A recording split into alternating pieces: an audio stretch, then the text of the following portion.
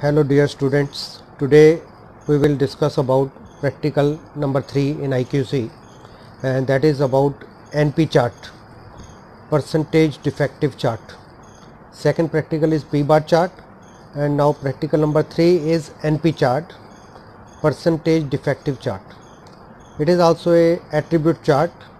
Attribute chart is one in which we don't go for measurement. Actual measurement we will not take actual measurement, just we judge the product on the basis of okay or not okay. This inspection can be done by visual or by go or no go gauge without going into details, without using any typical instruments. Go gauge or no go, we just have to decide this item is okay or not okay, rejected or passed. The main difference in this, that instead of practical number 2 fraction defective, this is depend upon percentage defective. Now we will calculate on the basis of percentage. And second thing, in the P chart group size is variable, but in NP chart we are going to take the subgroup as a constant size. The size may vary and value vary from 50, it may be 50, it may be 70, 100, whatever be, and all the groups will be of the standard same size. It means n will be constant in NP chart, n is same. If we take 15 samples, all the n will be 50 or 70, and minimum we will try to take the reading as 10 to 15, so that all our readings are well explained on the graphical chart. Thank you.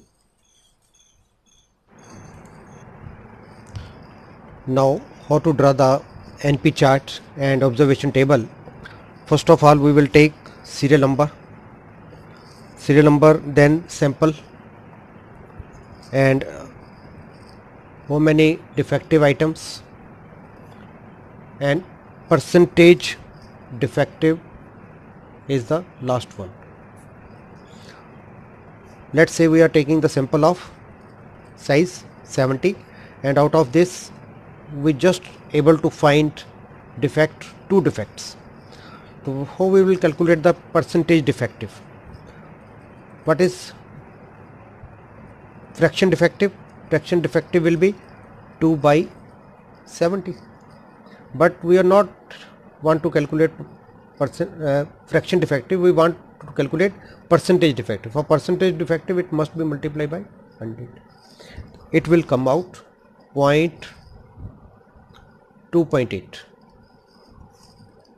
right? 2.8. Now 1 by 70, 2.8. This is the percentage defective for. Similarly, in second reading, if we take one defective, it will be 1 by 70 into 100. It will come out 0.014. Multiply करने के बाद बेटे आएगा 1.4. This is wrong answer. It is, what is this? It is fraction defective. ये fraction defective है बेटे, और ये percentage defective है. तो ऐसे बेटे आपने हर रीडिंग को percentage defective में लेना है. This is only difference between fraction defective and percentage defective. Now we are sending you near about 40 readings, but you have to choose any 20 reading of your choice. अपनी choice से बेटे आपने कोई भी defective वाला कॉलम ले लेनी है और ये सारी कैलकुलेशन आपने कर देनी है. उसके बाद इसमें हमारा what is the sample size, या इसको हम सैंपल साइज भी बोल सकते हैं, या विच इज कांस्टेंट, या एवरेज सैंपल साइज कितना है, it is 70 in n is 70 in this case. What is the overall PR? Total defective item कितनी है भाई? Sum of all the P's, sum of all the defective items. All the defective item कुछ भी assume कर लो. Let's say it is 30 divide by 20 में बेटे कितने हो जाएंगे सैंपल? ये वेरी गुड 1400. तो ये P बार कितना आ जाएगा बेटे? P bar will come out 0.021 और NP कैसे आ जाएगा, NP बार कैसे की कैलकुलेशन क्या होगी बेटे, 0.021 into 70 it will come out 1.47। तो ये हमारा NP आएगा ओवरऑल NP बार में बेटे, जो ओवरऑल हमारा NP आया वो ये है। और दूसरी बात जो हमें UCL और LCL की बेटे कैलकुलेशन करनी है, उसमें हमने क्या करना है, फॉर अपर कंट्रोल लिमिट जो हमारा बेटे फॉर्मूला है NP बार के लिए, that is NP bar plus 3 into NP bar 1 minus P bar. This is our formula for UCL and similarly for LCL जो फार्मूला है सिमिलरली रहेगा बेटा, सिर्फ साइन चेंज हो जाएगा, NP bar 1 minus P bar. जो भी आपको रिटर्न मटेरियल में भेजा हुआ है वही फार्मूले आपने लेने हैं। और इसके अकॉर्डिंग फिर हमें ग्राफ पेपर बनाना बेटे। तो ग्राफ पेपर पे एक्स एक्सिस पे हमने लेनी है नंबर ऑफ सैंपल्स।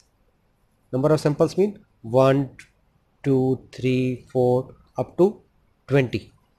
और इस वाई एक्सिस पे लेना है बेटे परसेंटेज डिफेक्टिव वाली जो आइटम्स हैं वो हमने यहाँ पे लेनी है। और परसेंटेज डिफेक्टिव का जो मेन NP बार हमारा आया है बेटे, NP बार कितना आया 1.47। तो 1.47 बेटे 1.5 से नीचे आएगा, ये 1.5 होगा 1.47। This is NP bar. NP बार बेटे शो करना बहुत ज़रूरी है। NP बार के बाद आपने जो नेक्स्ट स्टेप शो करना है वो अपर कंट्रोल लिमिट्स का शो करना है और सिमिलरली लोअर कंट्रोल लिमिट। बेटे कुछ बच्चे मिस्टेक कर देते हैं क्योंकि LCL हमारा कई बार माइनस में चले जाता है। माइनस में कोई नंबर नहीं होता, माइनस में कुछ भी पॉसिबिलिटी नहीं है। तो अगर वो कुछ भी माइनस आ रहा है तो बेटे हमने उसको 0 ही लेना है।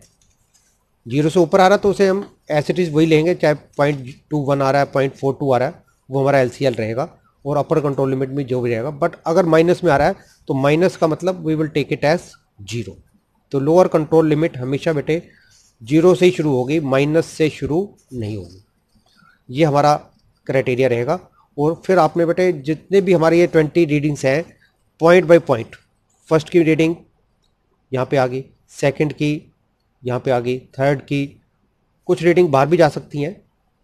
तो जैसे भी हमारा आ रहा है उस पॉइंट टू पॉइंट आपने इसको मैच करना बेटे और उसके बाद हमारा जो भी फिगर बनेगा वो हमारा ग्राफ बनेगा। कुछ बच्चे ग्राफ बहुत छोटे स्केल पे बना रहे हैं बेटे, मैं बार बार कह रहा हूँ ये ग्राफ हमने बड़े स्केल पे लेना है। तो इसका मतलब ज़रूरी नहीं है कि आपने इसको यहाँ से लेके यहाँ तक 1 ले लेना है, आप इसको यहाँ से लेके 0.25 भी ले सकते हो, इसको 0.5 ले सकते हो, इसको 0.75 और ये ग्राफ हमारा लार्जर स्केल पे होगा। ये है बेटे लार्जर स्केल और ये है स्मॉलर स्केल। तो बार बार बच्चे स्मॉलर स्केल और लार्जर स्केल में बात समझ नहीं पा रहे। तो ये लार्जर स्केल पे जितना भी बनेगा उतना हमारा ये ग्राफ बेटर रहेगा। That's all about percentage defective chart बेटे, दैट्स ऑल, थैंक यू।